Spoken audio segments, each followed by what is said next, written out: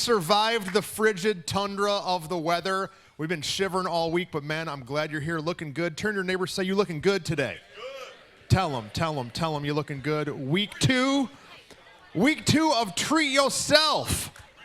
Treat yourself. We're going to treat ourselves this year. We're going to treat ourselves with respect and dignity. We're going to treat ourselves in a good way. Last week, if you weren't here, we talked about the idea that we need to treat ourselves right for future us. Because who knows that future us is right around the corner. And so I showed this picture last week of future me and Rachel. Let's see future me and Rachel, because we're coming. It's not too far away. And we come. Look, dude, what's up? What's up? There we are. This guy, I mean, at some point, he's going to be out here like, welcome to live in more church. I don't know what he's going to be doing. But this guy, yeah, I don't know. This guy, he's coming. He's coming. Now, my hope is that the guy in the middle treats that guy right so that he might look a little bit better than that, and he's got some stuff going. Last week, we talked about how we have to treat ourselves. How are we treating ourselves when it comes to our finances? Are we just going crazy, making it rain everywhere so that guy's broke? Or how are we treating our marriages? You know, this week, we launched Reengage, the new class, and had over 60 people come on, to work on and grow in their marriages, and I could not be happier. I couldn't be prouder, and the greatest thing for me is it's not the first time we've done it. So that means that this is multiple classes that we've done of this, of now new people pursuing getting some health in their marriage, and so this semester is still open. And so if you're saying, man, we missed it last week, but we still want to be a part, it's not too late. Show up on Thursday at 6:30 for Reengage. Raise your hand if you're in Reengage this year. Raise your hand. Or if you've been in it before. If you've been in it before, raise your hand. Talk to one of these people. If you don't know the details, talk to one of them. They will hook you up so you can be a part. So last week we talked about treat yourself with your finances, with your marriage, and with your health. With our health. We talked about how we need to treat ourselves with our health. And last week was really a setup for what I want to talk about today. What I feel compelled, called, challenged to talk about today. And if I'm really honest, I'm nervous about it. I'm not real excited about it. It's a little bit out of my comfort zone to talk about. It's a touchy subject and one that isn't talked about a whole lot in church. Today we're talking about your body. My body's telling me, eat that cheeseburger, right? My body. We're talking about our body. How do we treat our body? We talk about our body everywhere except the church. We talk about our body on TV shows.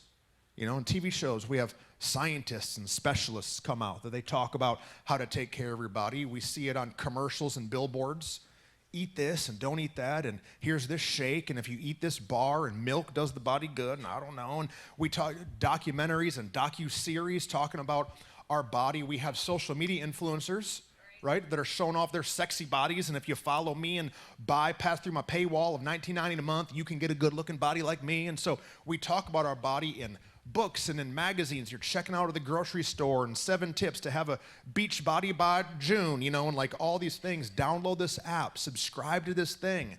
We talk about our bodies all over the place, but not so much in the church. And when we do talk about our bodies in the church, we do it from the context of miraculous healing. And I've preached on that many times, that we believe healing is possible. But I think that before we rely on healing, that we should just understand we've got to treat ourselves right.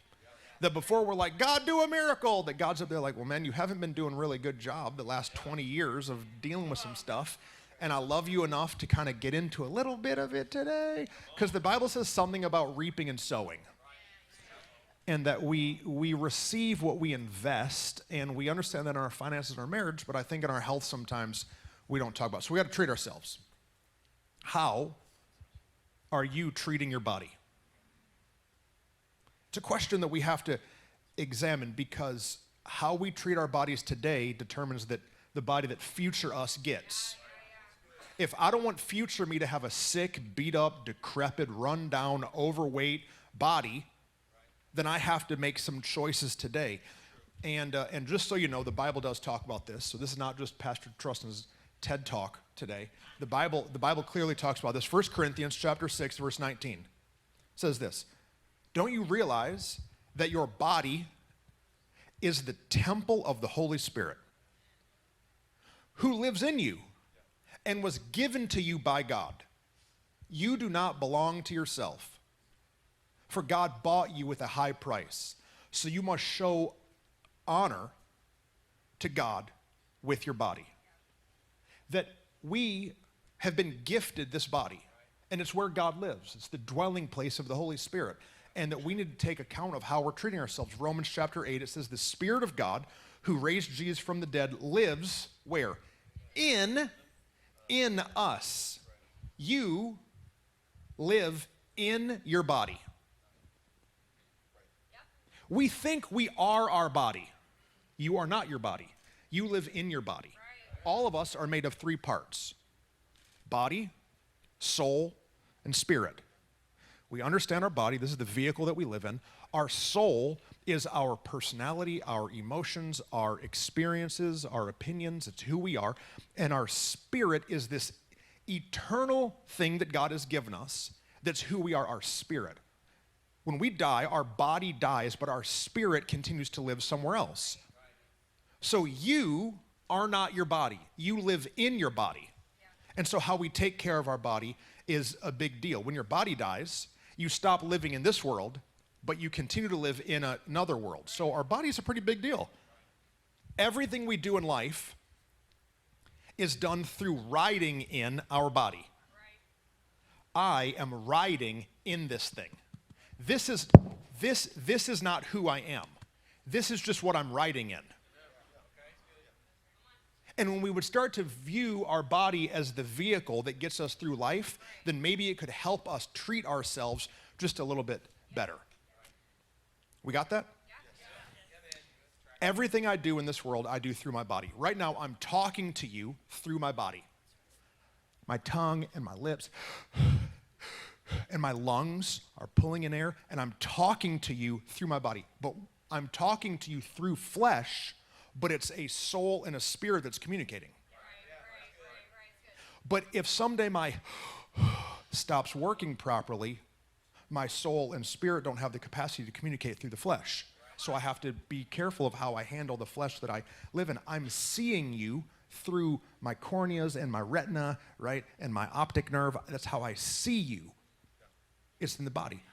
When I stand, I'm standing on feet that are connected to ankles, and the hip bone connected to the knee bone, right? And so it's all connected. It's connected to my back, and it's held up through musculature.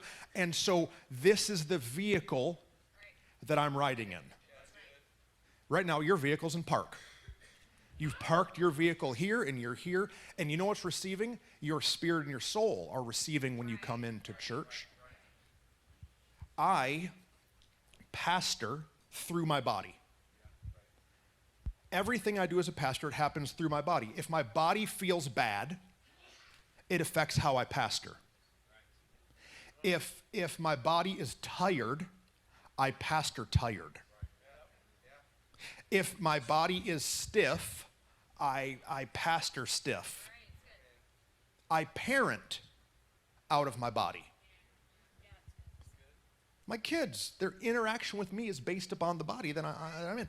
If my body is worn out, I don't take my kids to the park because my body is worn out. If my body can't keep its eyes open after 6 p.m. after a work day, and I'm so exhausted, I sit on the couch and I fall asleep at 6 p.m., I'm not engaged in my children's life, not because I'm a bad dad, in spirit and soul, but because my body just can't keep up with the demands of what I need to accomplish. I'm a husband out of my body. What Rachel receives from me is out of my body. My body carries in the groceries or it doesn't. My body takes out the trash or it doesn't. My body can carry the luggage through the airport or it can't. My body has sex or doesn't because of the capacity of my body, not because of my mind or my intentions or my wants or my hearts or desires. It's out of my body. Our bodies are very important to our more. And in church, we talk so much about spirit and soul, but today I want to talk about our body.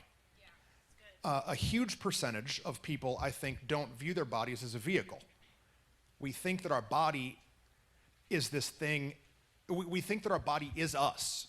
Because we think our body is us, then we think that when our body is happy, we're happy. If I can make my body happy, then I'm happy. But many times the things that make our body happy is actually hurting our body, which is then going to be detrimental to us in the future. No person with sense would take their daily driver vehicle and be doing some Fast and Furious stunts in it. Like, I don't know what you drove here, but you probably didn't jump off any ramps before you came to church today in it. You're not going to take your Honda and be like, can I drive this through a river? Let's see what happens. Like, we're not going to take our Cadillac and go over some big boulders just to see if we can make it. We're going to treat our car, our daily driver, with some respect. It's actually the opposite. We pay insurance on our car every month. Every 3,000 to 5,000 miles, we go to get an oil change. If it's going to hail, we pull it into the garage, or we look for a gas station or bridge to get out of the hail. We slow down at these giant speed bumps. What the junk are these speed bumps, even in our parking lot? Help us. We slow down, so we don't break our axle out. We avoid guardrails. We're not just hitting guardrails. We actually wash our car so it looks nice. But our bodies, we drive them like we stole them. I'm just scared, right? We drive this vehicle like we stole it sometimes, and we're not taking care of it. On your car, what's cheaper? Is it cheaper to change the oil every 5,000 miles? Or just drive it until the engine seizes up and put a new engine in the thing? It's cheaper to do the maintenance. It's cheaper. It's more beneficial. It will last longer. And so today, I love you so much that I want to give you an opportunity for a reset. Everyone say reset. I want to give you an opportunity for a reset, a new beginning, a starting point, a wake-up call of how we're treating our body. And can I just tell you, I know it's hard. I know it's hard. I know that there's a number of things in life we feel like we have to accomplish. We've got bills to pay, we got to go to work, we've got all these other stresses, and I'm not here trying to lump more junk on you to get better at.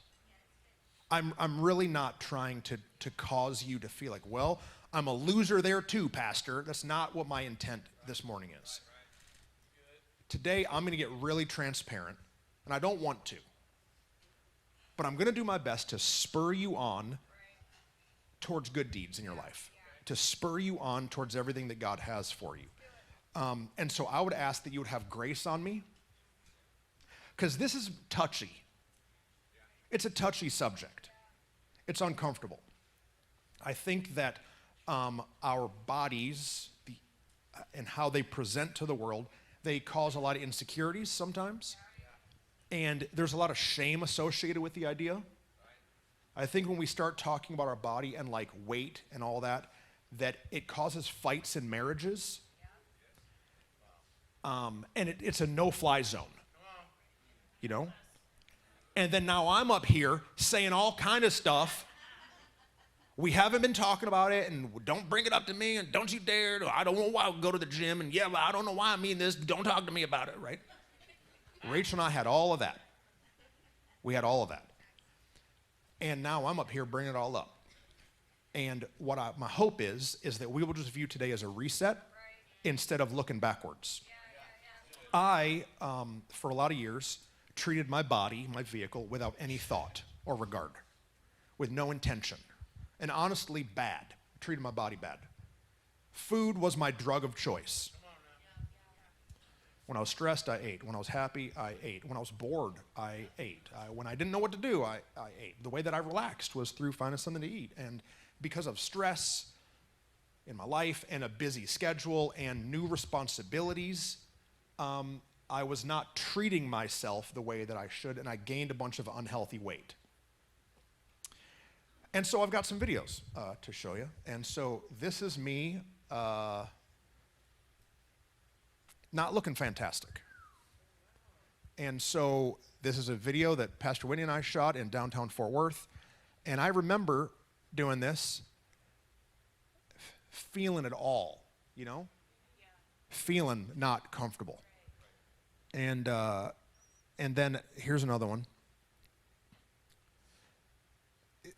for a season, I got so heavy that I couldn't buy shirts that I wanted to buy. And so I had to start buying shirts that fit. And so I didn't like those shirts, but it was just what I was able to kind of fit into. And then this is the one, man, I really don't want to show you. This guy, I hated this guy. This guy felt like garbage.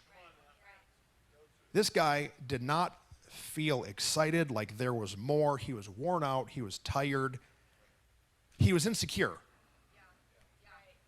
He was insecure. This guy was insecure everywhere that he went, and didn't have energy to do the things that he wanted to do. This guy would sit down on the couch and immediately fall asleep, no matter what time of day it was. This guy was always hungry, constantly hungry, no matter what I ate. This guy did not have the energy to do the things he wanted to do. His social life was affected because I didn't want to go out. I didn't want to be seen. I didn't want to have to try to put on another shirt that I know wasn't going to fit to go out and let people see me. It affected my marriage because I was tired. It affected my parenting wasn't good. It hurt. This guy did not have a good intimate relationship with his wife. This guy was sore and stiff and developed a cough from acid reflux that while he was preaching, he would just start coughing out of nowhere and didn't really know why. This guy woke up in the middle of the night with his back hurting all the time. This guy couldn't find clothes to fit. And so no more going to Express at the mall. You can't even do it. I'm like downstairs in a department store, like 3 racks over, and I'm putting the shirt on, and you put the shirt on, and then you put your arms in, and you stretch the shirt out. Y'all know, you stretch it out, your seams are popping in the shirt, you put your pants on, and then you bend over, and you know how you got to stretch the pants out before you wear out of the house? I mean, like this guy was not happy about a bunch of stuff. And it wasn't just clothes. This guy, his blood pressure was all out of whack. And his blood glucose levels were not good, and his mobility was bad, and his energy levels were low. And then once a week, that guy had to come and stand and let a bunch of people point cameras at him and take his picture. And then he would open his phone and see a picture of himself and video of himself and hate himself. And so a couple years ago, me and my friends, Rachel and I and Aaron Witt, we went to Cabo on a vacation. And we went to Cabo, and there's me and Aaron. And man, I did not want to go. I wanted to go. I wanted to want to go. But Cabo meant a beach, which means you take your shirt off in front of your friends. And I didn't really want to do that. And while we were there, we were at the place we were staying, and there's like a giant staircase, and the girls wanted to take some pictures at the top of the staircase. And so they just start running up the stairs. And this guy makes it about halfway, and halfway up the stairs, I'm out of breath, I'm dizzy, I'm lightheaded, I'm sweating when it's not that hot outside, and I had to stop and lean on the little handrail. And in that moment, I had to admit to myself that I had not treated myself well. I had to admit that I had gotten out of control and that my actions, my lifestyle, my habits were hurting my wife, were hurting my kids, were hurting future me, were hurting my calling. And so over the last 3 years, 2.5, 3 years, I've lost 55 pounds of body weight. I think that I've lost about 70 pounds of fat and put on some lean tissue. But it's been really hard. And there's been a lot of ups and downs. And there's been a lot of trial and error along the way. And so this conversation today that I'm seated for, because this is not, I want this to just be a talk from Big Brother maybe, that's just like, hey man, here's what's going on. This is not a conversation about weight. This is a conversation about health. And I want that to sink in. I just showed you the worst pictures I've got. Well, that's not true because I took some pictures of myself shirtless. Those are the worst ones. Good God. And so this is not a conversation about weight. This is a conversation about health. My doctor, he told me, Truston, excessive body weight is a risk factor for all other risk factors. We all have some natural dispositions to have some issues because of our family or our history or whatever. And that excessive weight added to those risk factors. And he told me, Truston, you don't see many 65-year-old guys that are 300 pounds walking around. And he said, because they either do something about it, can't walk around, or they die.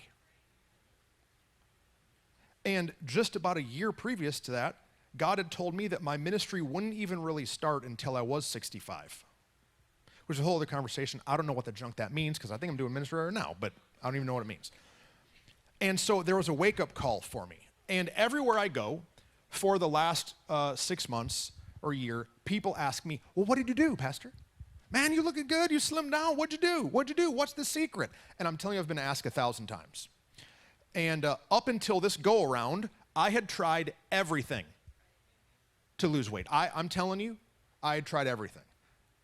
I promise. I tried keto. I tried paleo. I tried intermittent fasting. I tried those shakes. I tried to eat them bars. I tried taking pills. I tried taking shots. I tried juicing. You know, the juice fast, there was like some documentary I watched. I was like, I'm going to do, Rachel, let's go buy a $300 juicer. All I mean is juice, right? And so I got a Sharpie and I wrote the number 200. That was my weight goal on my hand for over a year because I was like, I'm going to help myself. I didn't do it. I gave some friends $200 and I said, you keep this money until I get to my weight goal. They still got my money, right? I did extreme accountability things. I took shirtless pictures of myself and emailed those pictures to all of the influential pastors in my life and said, I am ashamed that this is what I look like, and I want you to know that this is what I look like, and I'm going to do better than this. And then I just didn't do that. I just kept eating hamburgers. And so I hired trainers.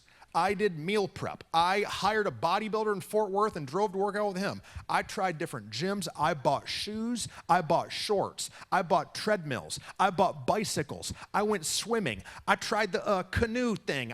I'm telling you, I got in a hot sauna. I got into the cold plunge. Once we organized a all-church 5K because I was going to put a thing 3 months in advance that if I didn't get in better shape, I would embarrass myself at the 5K. You know what I did? I embarrassed myself at the 5K. I tried everything. I tried everything to lose weight except get healthy. I tried everything to lose weight except get healthy, except actually take care of my body. And so when people say to me in the lobby or out and about, Pastor, what did you do? What's the secret? It's more than I can just say because it's not one thing. I didn't just do one thing. I did a bunch of different things to go on a journey of health beyond just like, well, you see, I ordered these bars and shakes, and then I only eat one handful of lettuce per day and these chemical bars, and then I just lost all the weight, just magically fell off of my body, and I've sustained it for the rest of my life. Like, I tried that one, it didn't work very long. And so, and if you sell it, it doesn't work. And so, okay, I love you. Okay, so Whitney's gonna give a disclaimer at the end of the service. And so I had to identify where I was starting from. I had to educate myself on myself. You know what that meant? I had to get some blood work done. I had to get some blood work done. Did you know that you are in charge of your health, not your doctor? Did you know that you're allowed to ask for blood work on yourself and then see what it says? And so that's what I did. I called my doctor and I said, man, I'm always hungry. I'm always tired. No matter what I do, the scale is going in the wrong direction, and I'm kind of in a bad mood all the time. And so I want to do a full blood panel. I said, what's the most expensive blood panel that you can run on me? It was $1,000. I said, I want that one. I said, now you don't have to go do that one, but I'm saying I want to know every number that humans can learn about themselves. I want you to do it for me. And I didn't want to go and give that blood. I don't like needles. One time I had to give blood. I don't know if I have time to tell the story. One time I had to give blood because we did this big church thing, and I was like, we're giving the blood to help power in the blood and all the stuff. And so I go and so I go into this stupid thing, and so I go into the little room, and there's a little paper vest. There's a little paper vest on the bed, and so Rachel's out in the lobby. And so I go in there, and this nurse, this little cute nurse comes in, and she's like, sir, you need to take your shirt off because the doctor's going to come in. And I was like, okay. So I take my shirt off. So now I'm nervous. Oh, I had to fast before you get blood. I'm a pastor, so I know about fasting. So I didn't eat nothing for like 48 hours, and so, which is stupid. And so I put the paper vest on. I'm fat as can be. I put the paper vest on. I'm all sweaty now. And this girl walks in, and she looks at me wearing this paper vest, and she starts laughing because she says, sir, that's a modesty vest for women. And I was like... So now I'm all nervous and I'm all discombobulated, and so I sit there and she stabs the thing in my arm and I see the blood come out and I'm like, oh my God. And so I start getting a little like, and so she's like, sir, just stay right here. Just stay. I said, no, I gotta go to the bathroom. I gotta go to the bathroom. And so I get up she's done with the thing, and I get up from the table. I don't got my shirt on. And so I leave the office and I go across the hall and I close the door, and all Rachel hears in the lobby is a loud thud. And so I got into the bathroom and I passed out. And when I passed out, I hit the sink, and then I hit the paper towel dispenser, ripped it off the wall. There's a hole in the wall. And I'm laying in front of the door. And I don't remember this, but Rachel, she gets like some male nurse attendant, and they're knocking on the door. And all I'm saying is, I'm fine. I don't remember none of it. I'm fine. So they finally get the door open and push the door all the way. I'm laying there with my shirt off, passed out, big knot on my head, broken hole in the wall. I don't like needles. But what I learned is that I either get to choose to walk in and give my blood and get it tested, or someday I'm forced into a bed with a bunch of needles being poked into me that's outside of my control. And I decided I would rather just man the junk up and sit there and get a blood test and see what bad news or good news there is than just pretend like it doesn't even exist. And so what I learned is a bunch. I had adrenal fatigue. Your adrenaline glands and a bunch of other hormones in your body can only turn on so many times. And after doing multiple years of preaching 4 times in services and all the stresses of my life, and I had to turn on and come out and do the thing, my body was just exhausted. And I had a bunch of vitamin deficiencies. Bunch of vitamin D, a bunch of vitamins that I was deficient in, and so my body could not produce what it needed to produce because I wasn't giving it the fuel that it needed to do its job. I found out that I was 1 point away on this little scale from being pre-diabetic. And I had picked up some insulin resistance because of all the sugar consumption that I was doing. And my thyroid was all jacked up, so I was hungry all the time. And you know what you can't do is just get on a treadmill and outrun those problems. I tried to outrun all of those things. I tried to starve myself to deal with all those things, which actually was making it worse. If your car is making a weird noise, open the hood. Don't just wash it again. But I think that what we do when we have something wrong with our body is we just go buy a new wardrobe instead of opening the hood. And so that's what I had to do. And listen, I'm not saying that doctors hold some magic elixir or vitamin or shot or something that you can do. There are not quick fixes. And anybody who tells you there's a quick fix is because they're getting a commission off the sale. Now, I don't want to get into like conspiracy theories about our American healthcare system, but we have to take care of our own health, okay? There's no magic trick. There is loving future you enough to look current you in the face and come up with a plan. And so I had to educate myself and start a plan. And so my encouragement to you is talk to your doctor. Men, go to the doctor. I don't want to bury you 20 years early because you're too proud to go to the stupid doctor. It's the most childish, immature, dumb thing I've ever heard, that men won't go to the doctor. Oh, I'm just going to, no, you're going to die. You're not a diesel truck. You're not a diesel truck. You're a human being that lives in a flesh vehicle. I love you, men, and so I want you to take care of yourselves. And so I had to educate myself on what being healthy was, not what looking hot was. I don't have a magazine shoot scheduled anytime in my destiny. Those people don't eat for 12 weeks and spray tan and get abs photoshopped on. Don't have body dysmorphia of what your future capacity of health. We're trying to be healthy, not sexy. And so I had to learn what my proper nutrition was, what supplements I should be taking, what my actually caloric intake needed to be. It's not 5,000 calories. And I had to learn that. And so I started reading books and articles and watching podcasts and YouTube videos, and I started going to my chiropractor real consistently, and I got blood work done quarterly, and I learned a bunch of stuff in the process. Practically, I learned that the human body needs a couple things to survive and thrive. We need oxygen, we need water, we need food, and we need sleep. And without those, you're not going to get healthy. How did I lose weight? I focused on those. So number one, oxygen and sleep. You got to fix your sleep. Before you buy a gym membership and start boiling some chicken, figure your sleep patterns out. When we don't have adequate sleep, we're tired all the time. And when we're tired all the time, we don't have any energy to be active or exercise. So it's better for you to sleep 8 hours than run on the treadmill 30 minutes. It's better for your body. It's how God designed us. When you're tired, you're sitting around all the time.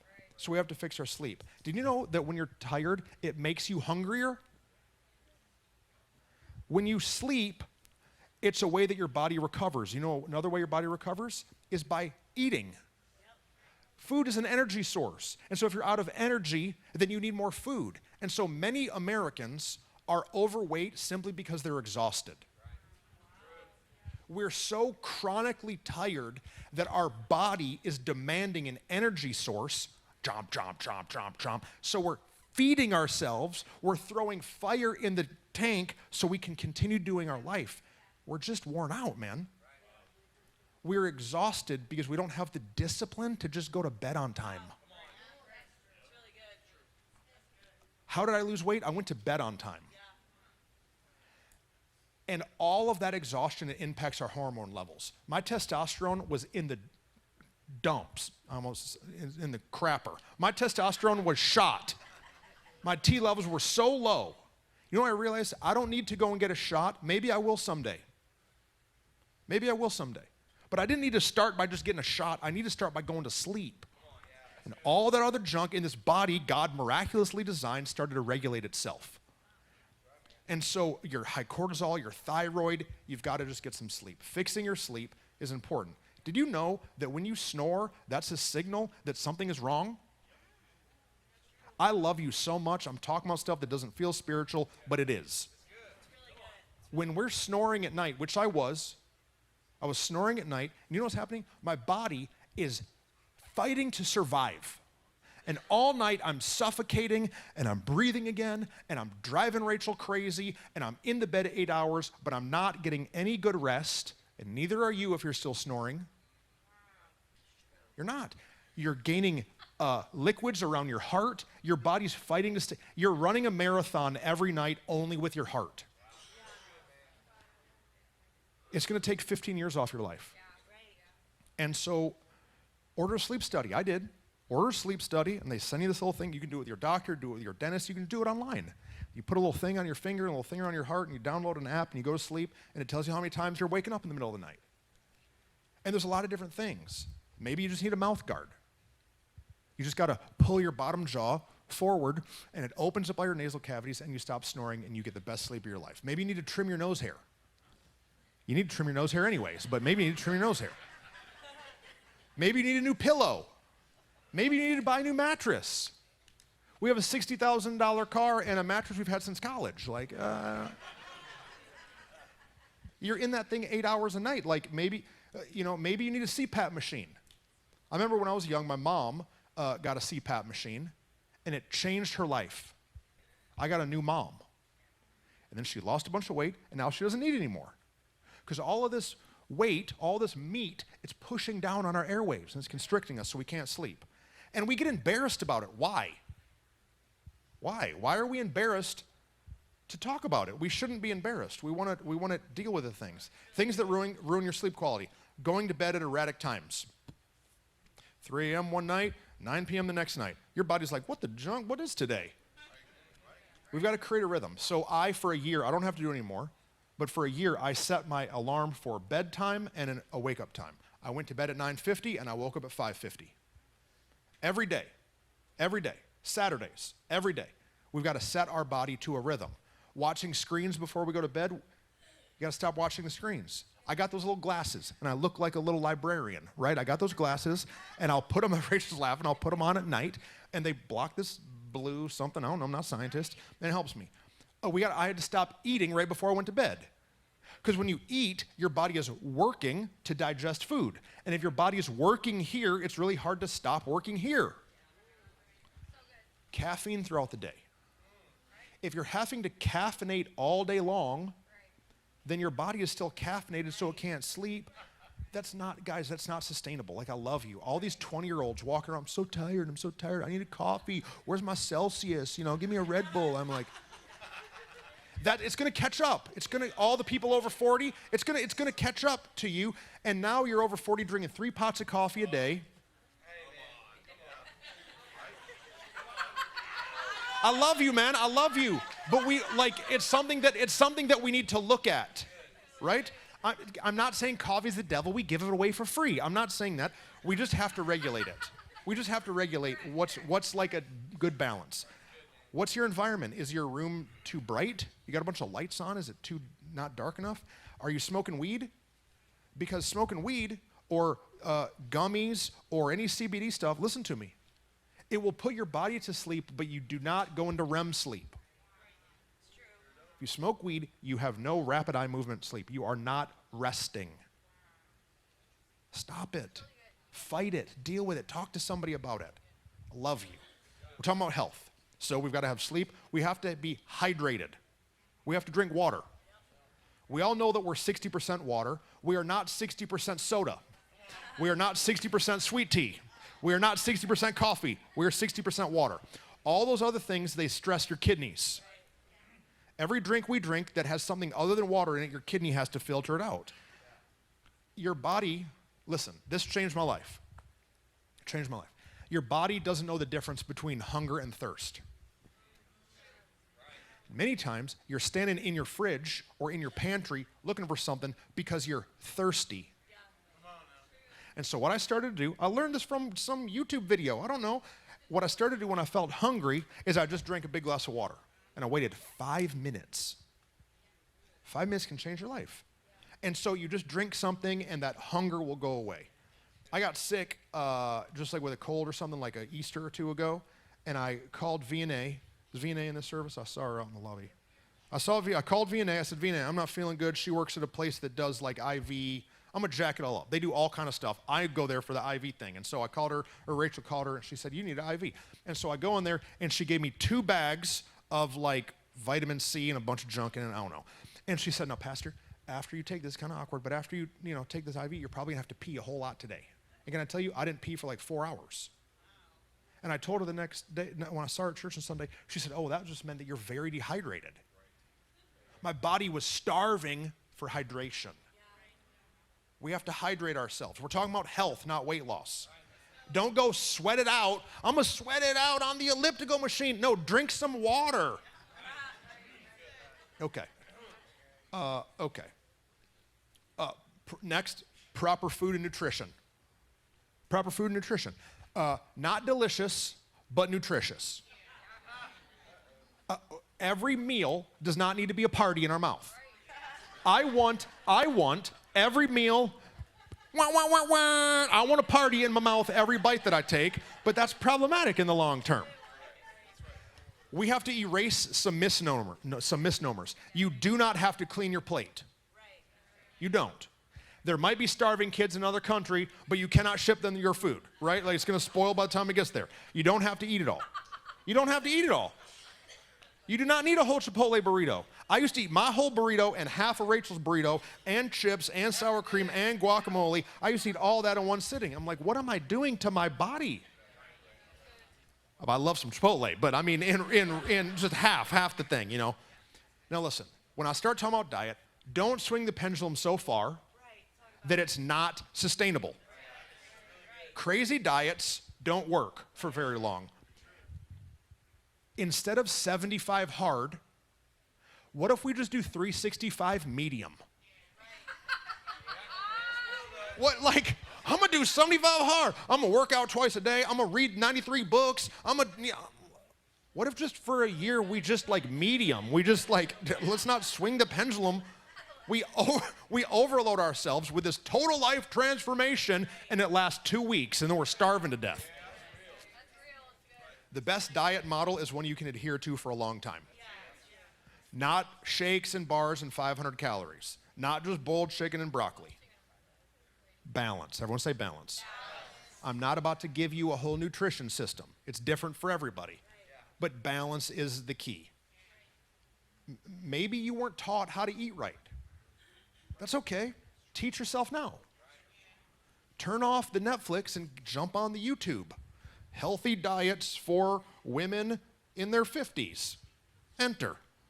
Healthy diets for dudes that want to get yoked up. I don't know what you want to search. Go search something and start eating that. Watch a video. Hire a nutritionist. Buy those. For a while, I was buying those pre-cooked, like little cellophane meals, and because I needed help. I didn't know what 500 calories was. So it's like, okay, this is 411 calories. Gulp, man, I'm kind of hungry, but I'm making it. I'm okay. Like, that's good. You know what's healthy is balance. Do not cut an entire food group. I'm never going to eat one carb for the rest of my... I'm going to eat only fat. Somebody just eat bacon every morning, and my body's going to miraculously lose all... I'm not sure that's going to be sustainable for your heart long term. I don't know. I've went through a lot of trial and error, and I had to find out what works for me. I'm not pushing a food program. There's not like a pyramid scheme in the lobby after this that I'd like you to sign up for.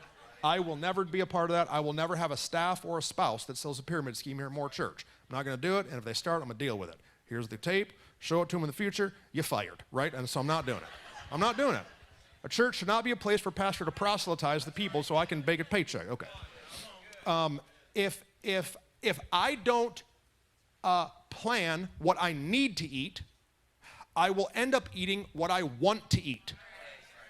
And what I want to eat is a party. That's what I want. I want cake all the time. I want mouth joy constantly. But mouth joy leads to body sadness. We got to deal with it. I still enjoy life. Still enjoy your life. Amy is killing me. She's laughing so much. I love it. We don't have to, let's not be a slave to our tongue anymore. It's not that big a deal. It's not that gross. I mean, just because it's not like, yay, doesn't mean that it's that bad, right? Still enjoy life. And listen, snack accidents happen. Snack accidents. Y'all know what snack accident is? Like, oop, what happened to those Oreos? I don't know what happened to, like, snack accidents happen, okay? Trust me. But like, when the snack accident happens, just pull yourself up, be like, I'm not going to do that tomorrow. Let me drink some water and go for a walk. For me, I can't keep the stuff in the house. If there's cookies in my house, I'm eating them. And so Rachel and I have to work on it together. And am I depriving my children? Yes. Because I'm going to eat all their snacks and deprive them anyways. And so we have to, for me, I don't have the discipline. I don't. Mr. Pastor, super Jesus guy, I don't have the discipline that if I know there's some delectable chocolate chip cookies hidden, I'm going to eat them. And so I just can't let them in the house. I'm not letting crack cocaine into my house. I can't let crack cocaine called sugar into my house in the same way. We got to cut the unnecessary. Cut the unnecessary sodas and donuts, the drinks, the snacks, peanut butter. I used to just get a giant spoon. You know you got the little spoons and the big spoons? I would just get a big spoon of peanut butter and sit down and eat it like it's an apple. That's like 600 calories. And it's so unfair. It's so unfair. I was going to do an illustration, but I decided it would be distracting where I made Aaron get up here on a treadmill while I was preaching and just run. And Aaron would be getting sweaty as a mug. And just make Aaron run for an hour. And after he's done, and Aaron's a great runner. And then he's just sweat everywhere. And then I was just going to hand him like one cupcake. And that one cupcake equals an hour run. It's not fair. It's not fair. Kyle gave me the idea. He said, Pastor, you could just walk all the way around the auditorium once and then come and eat one M&M. And that's about how far you have to eat one. I'm like, dude, I'm eating king-size bags by myself. Like, before the previews are even over at the movie theater. Like, it's not fair. It's not fair. So we need to be aware. We need to be aware of what we're eating and what we're putting into our bodies. I had a bunch of seasons of stress for a bunch of reasons. I didn't have an office for a while. Because I didn't have an office, I had to go write my sermon somewhere. And so restaurants is where I found myself. And so I'd be at Pluckers, right? Just eating some chicken wings and French fries. And yeah, I want some regular fries. Oh, y'all got the sweet potato with the little brown sugar? Oh, yeah. Oh, you got sweet tea and like in a big beer stein mug? Yeah. Oh, ranch dressing? Yes, please. Dip. And so like I'm sitting there writing my sermons, and what I found is that I would sit down in these restaurants alone with my Bible, good intentions, and my laptop to write a sermon, and I would sit down at the booth and I would go like this. Because there was comfort in it. Safety was coming. Joy was coming. You can't see Pastor Truston out with 8 beers at a restaurant, but nobody's questioning why so many chicken wings at lunchtime. And sometimes, when we have something else happening somewhere in our life, we run to something else. And I was emotionally eating. And if you're emotionally doing something that's unhealthy for you, admit it. I'm admitting it. Admit it. I had to admit it to my friends in my community. Here's what I'm doing, and I need some help with it. Okay. What we eat affects us so much. If we go and eat a bunch of McDonald's or Jack in the Box or Whataburger or Taco Bell or Little Caesars, you might feel great while you're eating it, and even 10 minutes after you eat it. But you know that in 30 minutes, like you're just about to turn off, and it's going to feel like garbage. And we just have to remember that. I'd been doing really good for a while, and over the summer I took a little sabbatical, and my friends Jeff and Lindsay Key have a cabin in Colorado. They let me go stay in, and so I drove to Colorado, and I was like, I'm going to eat healthy this whole time. I'm alone by myself. Rachel's not with me. I'm here to pray and focus on God, and I'm not just going to eat a bunch of junk. And so I did really good. But while I was in this little city in Colorado, I met like a dozen people that told me about this Amish bakery. I don't know nothing about Amish people. I don't like sugar. I don't know. They sure did have some electricity back there making all this junk. But so I go to this Amish. I don't know how that works. But I went to this bakery, and so I went crazy. And then afterwards, I'm driving back, and I shot a video I sent to my friends and Rach. Here, check it out. Check it out. Guys, I have been eating pretty good on this trip. I mean, it's kind of small town, so there's not like a lot of good options. But I've been making really good choices. But I had like 5 people tell me about this Amish bakery. And so I stopped by this Amish bakery, and I gotta just tell you, I just lost my mind. I just ate 3 of these pies. I ate 2 donuts. I ate pepperoni and sausage something. And I got 6 chocolate chip cookies I haven't eaten, and all that stuff I haven't showed you. And I should throw it all out. I'm on a sugar high right now. I'm on a sugar high that I have not been in a while. It's been a minute, and so I don't know what's going to happen when I come down. Sugar's drugs. It's drugs. It's drugs. and so I knew I just had a binge moment. I fell all the way off the wagon, and I shot this video. I sent it to my friends, and I said, red flag, I need some help. Sugar's drugs. And can I tell you, it's drugs. It's drugs. And when we'll admit that we're a drug addict, then we can get some help. And so we have to have a plan. If we don't have a plan, we're just going to eat whatever. We have to have proteins and fats and carbs and a healthy diet's all three. And so I had to download some apps and put in what I'm eating so that I could have some safety. Next, number 4, movement. Everyone say movement. Are we doing okay? Movement. Again, I'm not going to go into a ton of methodology, but I heard this. Motion is lotion. Motion is lotion. A body in motion will stay in motion. That if we keep moving, we'll keep moving. And so the way that they determine age in people is in their flexibility. And as we lose our mobility and our flexibility, it's because we stop moving. And so we just have to keep moving. We have activity and exercise. And let's not get the two confused. We need to be active. This is just walking around doing stuff, right? But then there's exercise. Exercise is increased heart rate, increased pace, and increased load. Exercise. So how are you doing with your activity and with your exercise?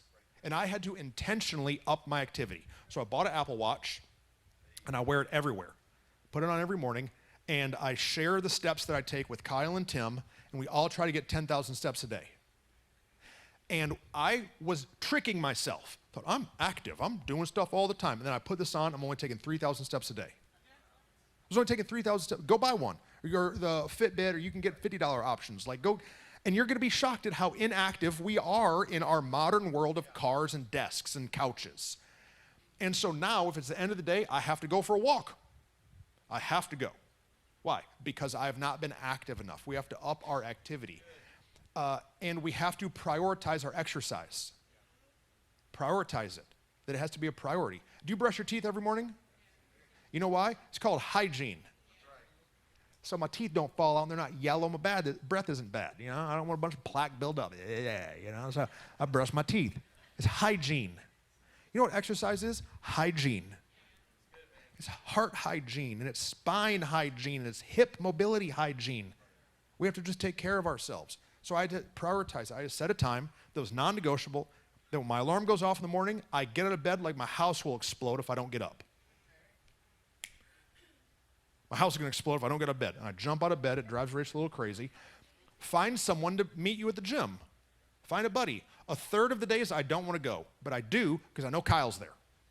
And if I don't go, he's going to be like, what's up, dog? Why'd you leave me hanging? I'm like, sorry, man, I don't want to. And if your workout partner's a bum, drop them. Find somebody else who will help you. We got to get our heart rate up. We've got to get under load. Muscle and bone density decrease as we age. We lose our muscle and our bone density. Ladies, you all have osteoporosis chasing you down. It's a loss of bone strength. But do you know how you can beat that? Get under load, pick up something heavy. You pick up something heavy, now your body must keep its bone density. Your muscles must stay intact so you can keep picking up your body.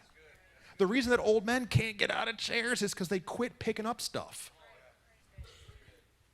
We've got to work out. We've got to do some stuff. The danger of these low-calorie diets is that our bodies go into catabolic state where we lose 30 pounds, but 20 of it is muscle. And so you lose 30 pounds, but 20 muscle, 10 fat, and then when you put the 30 pounds back on, because it's not sustainable, you're in a worse shape, you're in worse position than you were because you've lost that muscle. Do you know what burns fat? Muscle, not treadmills. Muscle, the more muscle you have, the more fat that you can burn. And ladies, you're not going to come out looking like Arnold Schwarzenegger, right? It's not, I lift weights every day and drink protein shakes, and I'm not, and so I'm not. And so we have to not be afraid to pick some stuff up. Get your heart rate up 3 times a week for 20 minutes. Go for a little jog. Do something. Come on, we can do it. Flexibility and mobility are a part of it, that we need to stay flexible. The reason my back hurt is because my back stopped moving. We have to stay flexible. I remember I remember at the Pig one week, Aaron was on the mic to do something. And Aaron's a couple years older than I am. And we're there, and Aaron, I don't remember what happened. He was supposed to do announcements or something, and we were talking and worshiping, and he was late to jump up on the mic. And so Aaron, remember the stage of the Pig was high as a mug. And Aaron just runs up there and jumps up on the stage. And I was standing there like, is he Spider-Man? Like how did he jump? And so when nobody was looking, I tried. And I was like, huh, huh. I got my stomach up over the stage, but and so I realized that I had lost some mobility. And so I started working out, and on the video, on the last Sunday of the Pig, when I went up to preach, I jumped up on the thing. People were like, what is he doing? Why? Because I needed to know that I could. Kyle, come here, Kyle. Come do that stretch.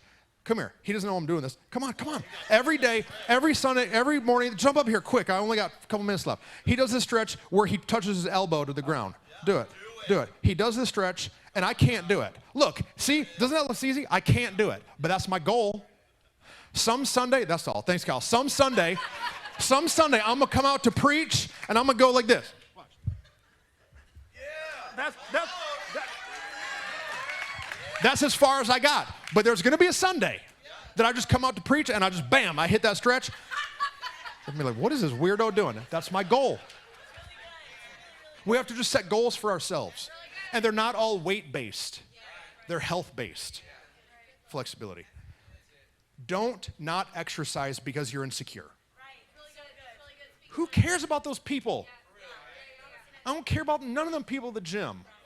I don't care about them dudes. I hope those women think I'm ugly. I don't care. I do. I got one of them. Leave me alone, lady. I'm like, who cares what they think? I want to be able to walk up the stairs on vacation. So start at a reasonable place. 3 times a week, go for a walk. If you don't know how, find a friend, hire a trainer. Number five, get your mind right. How do we get healthy? We got to get our mind right. We make a reasonable goal. Tell some people about it who will help you. Remove distractions. If you have too many distractions and your life is too busy, put something down. And do you know what you shouldn't put down? Jesus. Don't put down Jesus to try to obtain some other goal. He's the only guy who's going to help you with all the things. Okay. And then have reasonable expectations. Get your mind right. You should not try to lose 30 pounds in 30 days. You should lose 30 pounds over a year. I, on average, lost 0.4 pounds per week for 2 years. And I made a pretty big change. 0.4 pounds per week is fantastic. I'm going to lose 2 pounds a week. No, okay, maybe. But have a reasonable goal. Number 6, the last point, and then we're out of here. 6 is the number of man. Invest. We have to invest in ourselves, in our body health. You got to buy quality food. Maybe you need to buy a food scale. They're like $12. Get the right supplements. Rachel and I spend so much money on vitamins, it's stupid. And I wouldn't trade it for anything. You've got to get the right stuff in. You are not going to wrestle my vitamin D K2 out of my hand. I'm going to beat you to death if you try to take it, because it's changed my life, taking just vitamin D and high-quality fish oils that I don't buy at Sam's. I get through my doctor. It'll change your life doing some of this stuff. Buy the right shoes. Go to Luke's Locker or some running store so your knees don't hurt. I would run on the treadmill, my knees would hurt. Then I realized I got these wide, fat Sasquatch feet, and I needed special shoes, and so I just had to go and get something different. What am I doing up here? And so, but don't buy the shoes and not the blood work. I'm going to go to Lululemon. I'm going to buy all new leggings. Why? Open the hood. Don't wash the car. Okay. You might say, well, Pastor, I can't afford it. Neither could I.